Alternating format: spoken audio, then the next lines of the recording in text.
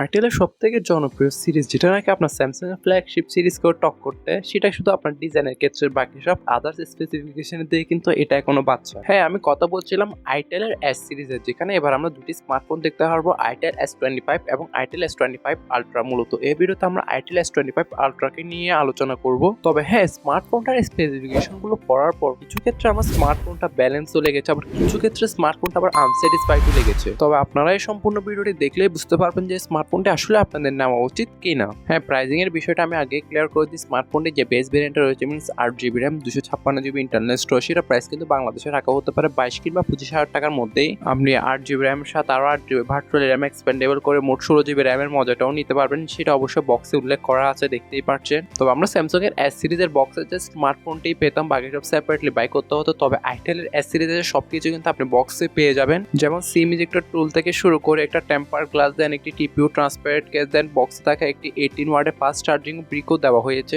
হ্যাঁ, 18 ওয়াটের চার্জিং স্পিডটা একটু ডিসঅ্যাপয়েন্টেড করতে পারে এই প্রাইস পয়েন্টের মধ্যে, কারণ স্মার্টফোনটিতে ব্যবহার করা হয়েছে 5000 mAh এর মতন একটি ব্যাটারি। তবে সেই ক্ষেত্রে 18 ওয়াটের একটি চার্জিং স্মার্টফোনটিতে কিন্তু আপনি রিভার্স চার্জিং স্পিডও পেয়ে যাবেন, মিনস আপনার স্মার্টফোন দিয়ে অন্য কোনো স্মার্টফোনও কিন্তু চাইলে চার্জ করতে পারবেন। আর স্মার্টফোনটিতে আপনি বেসিক ইউজে একদিনের মতো ব্যাটারি ব্যাকআপ টানাটোনা ইজিলি পেয়ে যাবেন। তবে একটা জিনিস আপনাদেরকে সারপ্রাইজিং করতে পারে, স্মার্টফোনটির ওজন করা হয়েছে কিন্তু আপনার 163 গ্রাম, যেখানে বর্তমানে ফ্ল্যাগশিপ সিরিজের স্মার্টফোনগুলোর ওজন ডে বাই ডে কিন্তু ইনক্রিজ হচ্ছে। সেক্ষেত্রে এখানে আসে কিন্তু আপনার 163 গ্রাম ওজন, ব্যাপারটা কোয়াইট ইন্টারেস্টিং না? পাশাপাশি থিকনেসও করা হয়েছে আপনার 6.9 মিলিমিটার, তাই বলতে পারেন অনেক পাতলা এবং হালকা একটি স্মার্টফোন, ফলে হাতে নিলে কিন্তু বেশ কমফোর্ট ফিল হবে আপনাদের। আর প্রশংসা শুধু ডিজাইনের ক্ষেত্রে আপনার এখানে যে টাইটেনিয়াম আর ব্ল্যাক কালার রয়েছে, আপনারা ডিউল টোন ফিনিশ দেখতে পাবেন, যেখানে এক পাশে মেট এবং এক পাশে কিন্তু প্লাস্টিকই দেখতে পাবেন। তবে ওশেন কালার ভেরিয়েন্টে আসলে ব্যাকে কিন্তু এক প্রকার মার্বেল টাইপের টেক্সচার দেখতে পাবেন। তবে ক্যামেরা হাউজিং এ এসে সম্পূর্ণ ভিন্ন, এখানে জাস্ট কাজের সেন্সর আপনার দুটোই, বাকি যে তিনটা সেন্সর দেখতে পাচ্ছেন সেখানে একটি কিন্তু হচ্ছে আপনার এলইডি রিং লাইট, এবং একটি হচ্ছে আপনার ফ্ল্যাশ লাইট, এবং একটি হচ্ছে আপনার আয়ার ব্লাস্টার, যেটা অবশ্যই ক্যামেরার পিছনেই প্লেসমেন্ট করেছে। সরি, ক্যামেরার পিছনে না, এটা আপনার ক্যামেরার মতনই সেন্সর করে কিন্তু এখানে প্লেসমেন্ট করা হয়েছে আয়ার ব্লাস্টারটি, ফলে মনে হবে যে এখানে আপনার স্যামসাং এর এস সিরিজের মতনই ক্যামেরা সেটআপ রয়েছে। তবে এক নজরে যদি আপনি 20 কিংবা 25,000 টাকার স্মার্টফোনগুলোর ডিজাইনের সাথে এটা কম্পেয়ার করেন, তাহলে সেক্ষেত্রে স্মার্টফোনটা কিছুটা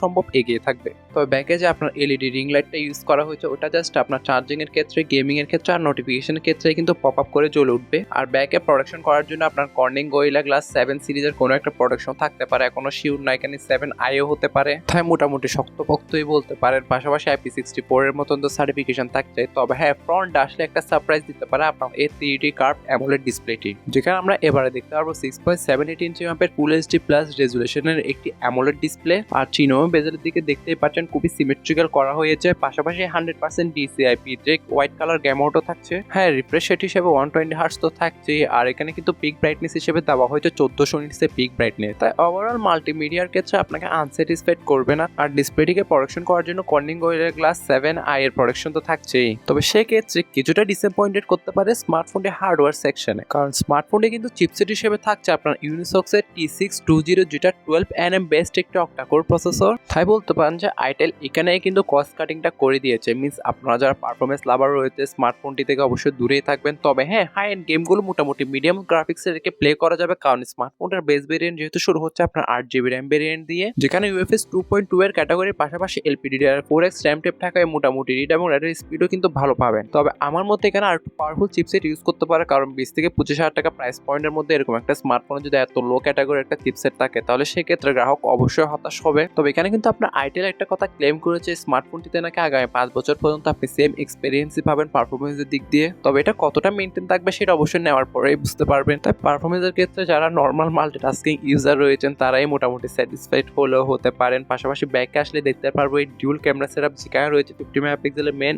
ওয়াইড যুক্ত সেন্সরটি, তবে থাকছে না কোনো OIS। দেন সেকেন্ডারিতে কিন্তু ক্যামেরা সংখ্যা বাড়ানোর জন্য একটা ম্যাক্রো দেওয়া হয়েছে, যেটা অবশ্যই রিয়েল লাইফে কোনো কাজে তেমন আসবে না আপনাদের। তবে হ্যাঁ, ফ্রন্ট ফেসিং সেলফি ক্যামেরা হিসেবে কিন্তু 32 মেগাপিক্সেলের একটি সেন্টার পাঞ্চ সেলফি ক্যামেরা দেওয়া হয়েছে, আর উভয় ক্যামেরা দ্বারা কিন্তু আপনি সর্বোচ্চ 2K তে 30fps এর ভিডিওগুলো শুট করতে পারবেন। আর অবশ্যই কিছু ক্যামেরা এক্সাম্পল স্ক্রিনে দেখতে পাচ্ছেন আপনারা। পাশাপাশি আন্ডার ডিসপ্লে ফিঙ্গারপ্রিন্ট সেন্সর সহ এতে দেওয়া হয়েছে কিছু এসেনশিয়াল সেন্সর, তবে থাকছে না কোনো ডিউল স্টোরি স্পিকারের সাপোর্ট। তাই ওভারঅল আমি বলবো যে স্মার্টফোনটি তাদেরকে ফোকাস করে তৈরি করা হয়েছে যারা আপনার নর্মাল মাল্টিটাস্কিং করেন, যারা চাচ্ছেন একটা হালকা স্মার্টফোন নেবেন যেখানে একটা কার্ভ 3D অ্যামোলেড প্যানেল থাকবে আর টুকটাক লেভেলের ছবিগুলো তুলেন। তবে সেক্ষেত্রে 25,000 টাকা প্রাইস পয়েন্টের মধ্যে আসলে এই স্মার্টফোনটি তেমন মানানসই না। আমার মনে হয় স্মার্টফোনটি কিন্তু আপনার 15 কিংবা 17,000 30,000 টাকা প্রাইস পয়েন্টের মধ্যে লঞ্চ হলে মিন্স মেবি বেটার হতো আমি মনে করতাম। তবে আপনারাও যেহেতু স্বাধীন দেশের স্বাধীন নাগরিক, বাকিটা আপনাদের উপর।